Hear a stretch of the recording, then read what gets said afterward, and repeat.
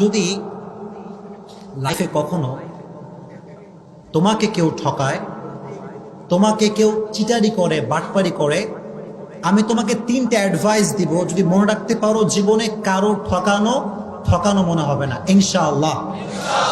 যদি লাইফে একদম আমার চোখে চোখ রাখো যুবকরা, যদি তোমার গার্লফ্রেন্ডও ঠকায়, তোমার বন্ধু ঠকায়, যেই ঠকাক না কেন, তিনটা অ্যাডভাইস মনে রাখবা। যদি বলো কয়টা অ্যাডভাইস?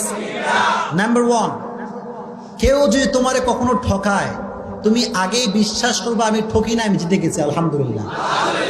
কারণ মানুষ যে মানুষকে ঠকায়, এর সবচেয়ে বড় মাধ্যম হচ্ছে মিথ্যে কথা, মিথ্যে আশ্বাস, মিথ্যে ছলনাময়ী ভালোবাসা।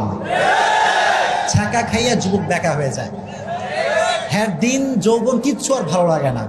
তো এই যে মানুষ তোমাকে ছ্যাঁকা দেয়, কষ্ট দেয়, প্রতারণা করে, এটা মিথ্যের মাধ্যমে মানুষ বেশি করে। হাদিস শোনেন, একবার রাসূল করিম সাল্লাল্লাহু আলাইহি ওয়াসাল্লামকে একজন সাহাবী বলল, ইয়া রাসূলুল্লাহ, আপনার উম্মত কি জিনা করতে পারে?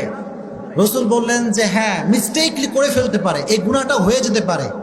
ইয়া রাসূলুল্লাহ, আপনার উম্মত কি সুদ খেতে পারে? রাসূল বললেন হ্যাঁ, মিস্টেকলি খেতে পারে, ভুল করে গুনাহটা করতেও পারে। কিন্তু রাসূল বললেন, দেখো, আমার উম্মত একটা গুনাহ কখনো করতে পারে না। একটা গুনাহ যদি কোনো উম্মত করে, সেই উম্মত আমার উম্মত থাকবে না। সেটা কি? যে উম্মত মিথ্যে বলবে, সে উম্মত আমার উম্মত হতে পারে না। ঠিক কিনা বলেন? তো যে আপনার সে বাটপারি করছে, সে নবীজির উম্মত থেকে বের হয়ে গিয়েছে। আর আপনি যদি ধৈর্য ধারণ করতে পারেন, আল্লাহর উপর তাওয়াক্কুল করতে পারেন, ইন্নামা ইউওয়াফাস সাবিরুনা আজরাহুম বিগাইরি হিসাব, যে ব্যক্তি সর্ব অবস্থায় ধৈর্য ধারণ করবে, কিয়ামতের কঠিন ময়দানে আল্লাহ তাআলা তাকে বলবেন তুমি দাঁড়াও। সব মজমা বসা, হঠাৎ করে আল্লাহ বলছে তোমরা কয়েকজন দাঁড়াও। তারা ভয় পেয়ে যাবে, আল্লাহ আমাদেরকে সবার মাঝে এক্সেপশনাল কেন তারা করাচ্ছে? আল্লাহ বলবে তোমরা যদি ধৈর্য ধারণ করেছো, আজকে বিনা হিসেবে জান্নাত চলে যাবে। এত আস্তে সুবহানাল্লাহ পড়ে কেন রে? আর একটু জোরে পড়েন সুবহানাল্লাহ। তাহলে কেউ আপনার ঠকাইলে আপনি ঠকছেন না জিতছেন? Number 1 advice. নাম্বার 2 অ্যাডভাইস হচ্ছে, যখনই ঠকবেন, কষ্ট পাবেন, আগেই পড়বেন আলহামদুলিল্লাহ। এত আস্তে কেন? জোরে পড়েন আলহামদুলিল্লাহ। কেন আলহামদুলিল্লাহ? শুনুন, হতাশ হবেন না। এই যে মানুষ আমাদেরকে ঠকায়, একটা উপকার হয় কি জানেন? মানুষকে চিনতে পারে যে কোনটা ধোঁকাবাজ আর কোনটা ভালো মানুষ। এটা জীবনকে আরো সামনে এগিয়ে দেয়। एंड यू नो, जिंदगी में कभी कभी आगे बढ़ने के लिए एक कदम पीछे भी जाना पड़ता है। জীবনে কখনো কখনো সামনে আগাবার জন্য এক কদম পিছু পা ফেলতে হয়। ঠিক কিনা বলেন? মিজানুর রহমান আজহারি বলেছিল, আধারে ভয় পেও না, আলো আছে আড়ালে, অন্ধকার পালিয়ে যাবে তুমি উঠে দাঁড়ালে। আমিও সেই কণ্ঠে কণ্ঠ মিলিয়ে বলতে চাই, যুবক, ছ্যাঁকা খেয়ে বেঁকা হয়ে যাও না, শক্ত হয়ে দাঁড়াও, শপথ গ্রহণ করো, এস্টাবলিশ হয়ে দেখাও। আর যে মানুষ তোমাকে ধোঁকা দিচ্ছে, আগামীকাল সে আফসোস করতে করতে মরবে।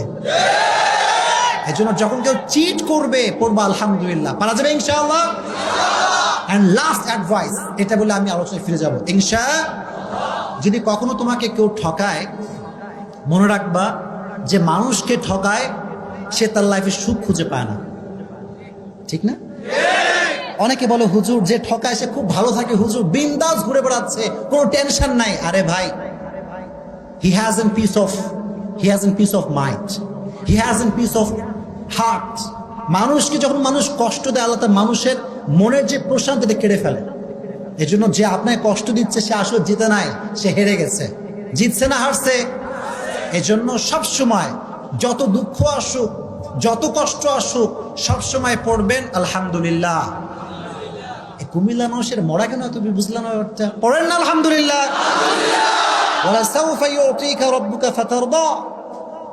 তুমি যদি বিশ্বাস এবং ভরসা আল্লাহর উপরে করতে পারো, অচিরেই তোমার রব তোমাকে এমন কিছু দিবে, তোমার জীবনের সমস্ত দুঃখ কষ্ট আল্লাহ তাআলা দূর করে দিবে। সুবহানাল্লাহ পড়েন। এজন্য যুবক ভাইরা, ছ্যাঁকা খেয়ে বেকা হওয়া যাবে? এই কথা মনে থাকবে তো ইনশাআল্লাহ। আমি আসছি মোটিভেট করার জন্য, আমার কাজই তো এইটা। কি আমার ওয়াজ আপনারা শোনেন নাই? আমি যখন রাস্তাঘাটে যাই, আপনারা বিশ্বাস করবেন না, এই যে এদের মতো যুবকগুলো, সেদিন রাজশাহীতে, আমি থাকি কোথায়, কাছে না দূরে, অনেক দূরের মানুষ আমি। তো কুমিল্লা আসলে মনে হয় যে আমি নিজের জেলায় আসছি, এত ভালোবাসে কুমিল্লার মানুষ। তো আমি বাইক নিয়ে গেছি বাইরে রাস্তায়, শুনেন ভালো করে শুনবেন। তো আমি লেখালেখি করতেছি যে কি ওয়াজ করা যায়, লেখালেখি করতেছি। হঠাৎ করে একজন যুবক পা ধরে কান্না শুরু করছে, আমি নিজেই ভয় পেয়ে গেছি, পা ধরে আর ছাড়ে না। গ্রামের ভেতরে আমি নিজেও ভয় পেতেছি, এই ছেলেটা কে, এরকম কাঁদতেছে কেন। বলতে হুজুর আপনি এখানে কি করেন, আপনার ওয়াজ শুনে আমার পুরো জীবনটাই পরিবর্তন হয়ে গেছে। আমি বললাম যুবক আমার কোন কথা তোমার গায়ে লাগছে? বলে হুজুর আপনি একটা কথা বলছিলেন যে ভুল মানুষকে ভালোবেসে আফসোস করা যাবে না। তো বলছে হুজুর জীবনে এই মিস্টেকটা আমি করছি, তো করার পরে আমার পুরো জীবনটাই শেষ হয়ে গেছিল, মদ গাঁজা বিড়ি খেয়ে অবস্থা খারাপ, যে ভালোবাসা মানুষ পাইলাম না কেন রে, হাতের জীবন যেমন সব শেষ। তা আমি যখন বলছি আফসোস করা যাবে না, তখন সে এই লাইফটা থেকে আল্লাহর পথে ফিরে আসছে। এজন্য আজকে যে কথাগুলো বলবো এটা শুনে আল্লাহর পথে ফিরে আসতে হবে। রাজি আছেন ইনশাআল্লাহ?